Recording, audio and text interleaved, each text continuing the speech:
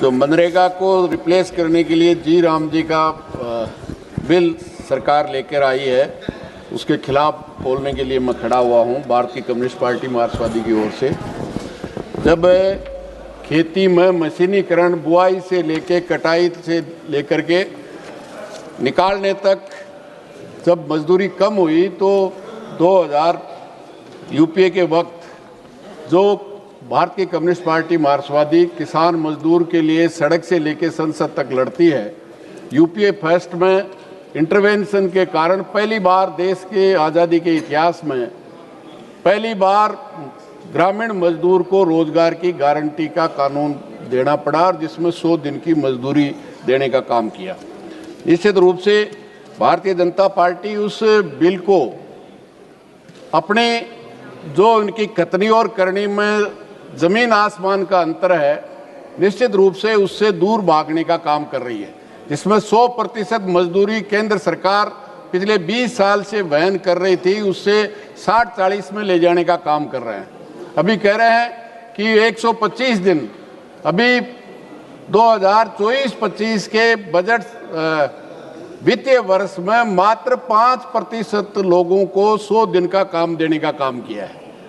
मैं समझता हूं अगर सरकार गांव के गरीब से इतना ही मोह रखती है तो केवल केरल में लेफ्ट एलडीएफ की सरकार है जिसने नरेगा मजदूरों के लिए कल्याण बोर्ड बनाया है।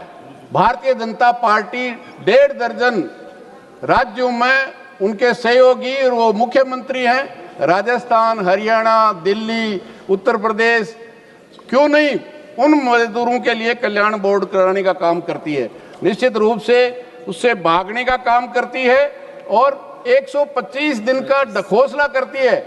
अभी 10 साल से उनकी केंद्र सरकार है, न काम दिया और जो मजदूर जो बजट था केंद्र सरकार का, सभापति महोदय, वो जब आधी रेट थी, जब 1,20,000 करोड़ रुपए का बजट था और जब दूनी हो गई, जब 68,000 करोड़ का बजट है। ये नजरिया है भारतीय जनता पार्टी का गरीब के साथ जिस तरह से विश्वासघात करने का।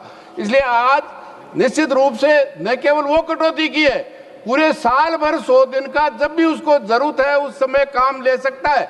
इस कानून में लेके आए कि 60 दिन में वो कोई भी काम नहीं मांग सकेगा। इससे ज्यादा अपराध उनके साथ क्या कर सकते हैं। इसलिए आज केवल और केवल डिजिटल हाजिरी आप उस नरेगा के कानून को और समृद्ध करते, उसमें और मजदूरी बढ़ाने का काम करते, उनके कल्याण के लिए देश में बोर्ड बनाते तो बात समझ में आती है। लेकिन जो कुछ मिल रहा था उसको छीनने का काम आज 60 और 40%, जो 100% था वो 60%, 40% राज्य सरकार भोगेगी। मैं समझता हूं किसी भी सूरत में आज राज्य सरकारों की जो हालत है, बाकी स्कीम मैं कह सकता हूं जो 50-50% है, पेयजल जैसी समस्या में भी राजस्थान जो सबसे ज्यादा परेशान है। आप कह रहे हैं पानी की भी समस्या का समाधान हो जाएगा, पक्की सड़कें भी बन जाएगी, स्वस्थ भी हो जाएगी।